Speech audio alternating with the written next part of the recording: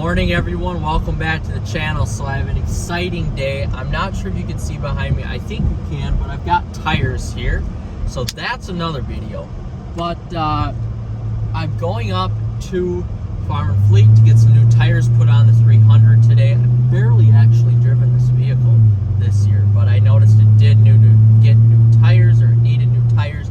So I bought some Firestone Firehawk Indy 500 255 45 R20 tires that I wanted to get on this vehicle. The price was really good. Amazon had free shipping, and I got 5% off, or 5% back using my Amazon credit card. But anyway, that's not the reason why I'm making this video. So while I am at Farm and Fleet, I'm walking over to the dealership. They are right there, the Ram dealership. I know one of the salesmen pretty well, or a couple of them actually, and I'm trying out their 2025 Ram 1500s they have on the lot. So I don't think they have any Laramies on the lot, but they have one Bighorn that I know for sure when I was there last week that has the standard output 3-liter straight 6 turbo engine. So I'm really excited to try that vehicle out. Now with that being said, I did get a chance to start it up last week, and it was very underwhelming. It was quiet. It was actually quieter than the Mercedes. Well, of course, the Mercedes being an AMG, I don't expect that to be quiet. But that was very much so quieter than a lot of different inline sixes that I have tried in the past. So I'm really curious to see, basically, on the Bighorn trim, what changes they made and what that engine change is going to be. So that has 420 horsepower, and I want to say 410 torque, 430 torque off the top of my head. I can't remember, I have to look it up. But my truck stock, my Ram 1500 stock, has 395 horsepower and 420 torque. So I already can tell you that stock to stock, it's going to be faster, for sure. But my truck has cold air intake, and it has an exhaust on it. So I'm assuming that my truck's pushing 450 horsepower to the crank, somewhere right around there, if not more. And then the torque with the e-torque, you're looking at well over 500 at that initial jump. So because of the hybridization, the hybrid system, or the hybridization of that Hemi engine. So I'm really curious to see how fast this truck is going to be, and if it's going to be noticeable driving it. Now I know they have sport mode and normal mode and all that, so that's just basically for throttle response. I'm going to be very curious to see how this truck drives. I've had all my Hemi trucks were stock before I bought them, so I know what a Hemi sounds like. I have friends that have Hemis without an exhaust, without a cold air intake. I know what they sound like stock, and they actually sound pretty dang good stock. So I'm curious to see how this is going to sound out on the road, and especially in the Bighorn trim, and go on from there. But let's get to the dealership here. Hopefully be able to take a few quick pictures, maybe a video or two, and give you my thoughts after driving that truck. Do a little highway entering here. A little bit of a curvature on the road. I hit this going pretty fast, actually. Woo. I could feel the tires are a little cool this morning. Oh man, this thing's gliding like a dream right now.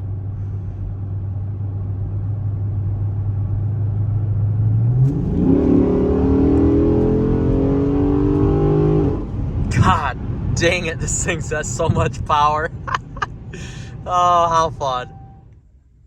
2025 Ram. New interface. Laramie.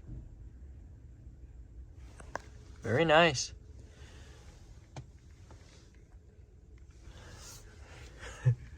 Very nice. Very impressed. 12 miles on the truck.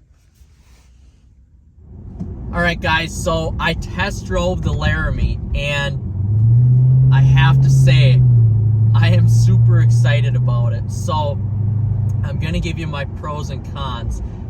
First of all, it was a 2025 Ram 1500 Laramie. It was more of a base model Laramie, so it did have adaptive cruise. It didn't have 360 camera.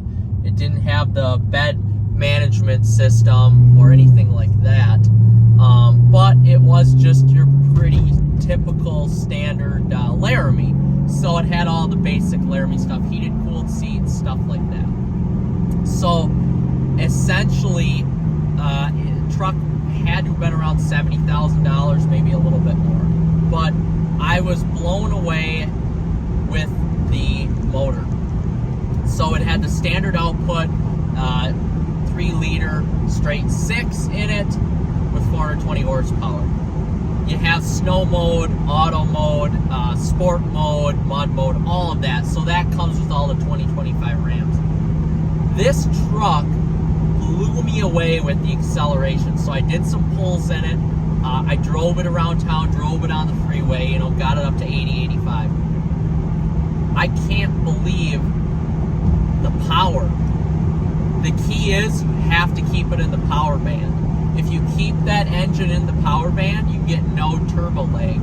I experienced turbo lag right off the line, which was to be expected, but as soon as you got it up, let's just say around 2,500 RPMs, the turbo lag was essentially gone, and that thing was a freaking rocket ship.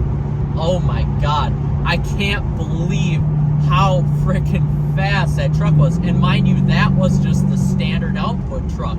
So my truck, with all the modifications on it, my truck was maybe a little bit quicker off the line because of the torque, but once you got that engine up into the power band, that was the quicker truck. And I couldn't believe from about 5 to 30, 5 to 40, how fast that truck was. So not only was it fast, but it was smooth. It had the same HP 75. I think it was the 75 or the 80 transmission in it from ZF. Same transmission as what my truck has. I want to say the rear axle was 392 on it, same as my truck. But the acceleration, that had to have been at least a second quicker 0 to 60 than my truck. It was purely amazing, whereas my truck was 6.5, 0 to 60. That truck's got to be 5.5. It was amazing. It blew me away. It was very similar to my girlfriend's AMG GLE 43. Actually, in terms of acceleration, not driving dynamics, it's a truck. It's huge. But in terms of acceleration, it was enjoyable to drive. It was smooth. Suspension was set up nice. You know, everything that I guess my truck has, but that just being a newer truck.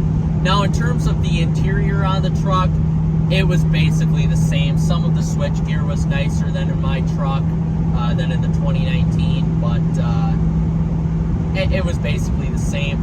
In order for me to upgrade to one of those trucks, I need to get a limited or nicer to make me feel like I've actually got something instead of just a Laramie, because that's essentially what I have right now. But what blew me away was that engine. I miss the burly sound of the Hemi.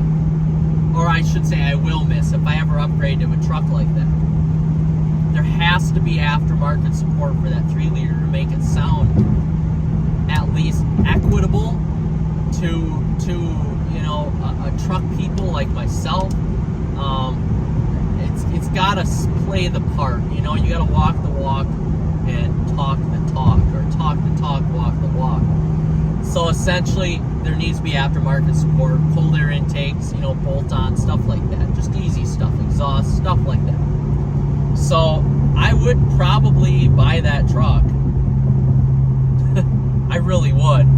I'm thoroughly impressed with it. I can't wait to see the limiteds and the tungstens.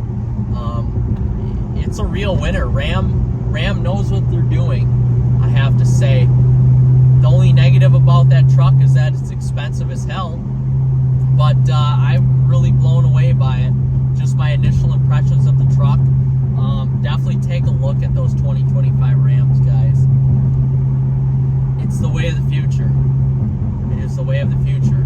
And as somebody who owns 3 Hemis and has a Volt and an AMG engines are great, but that turbo engine, that was great. I'm gonna wait it out, see some of the complaints on the truck here, you know, see what long-term issues over the next few years are going to happen. But as of right now, is it enough to get me away from wanting to buy a TRX? No. Stop right there. I still want to buy a TRX, but for the average person out there, even myself, would I be happy driving that truck? Yeah, I would be. I'm really curious to see what the high output version is, but I would be curious. I would be happy with that truck. It's faster than what I have now. It's a little bit sportier than what I have now. So yeah, I would be happy with a truck like that. But, all right, guys, I'm gonna get back to driving here. I'm in the SRT right now, the 300. I kind of want to enjoy it, and we will see you guys on the next episode. Take care.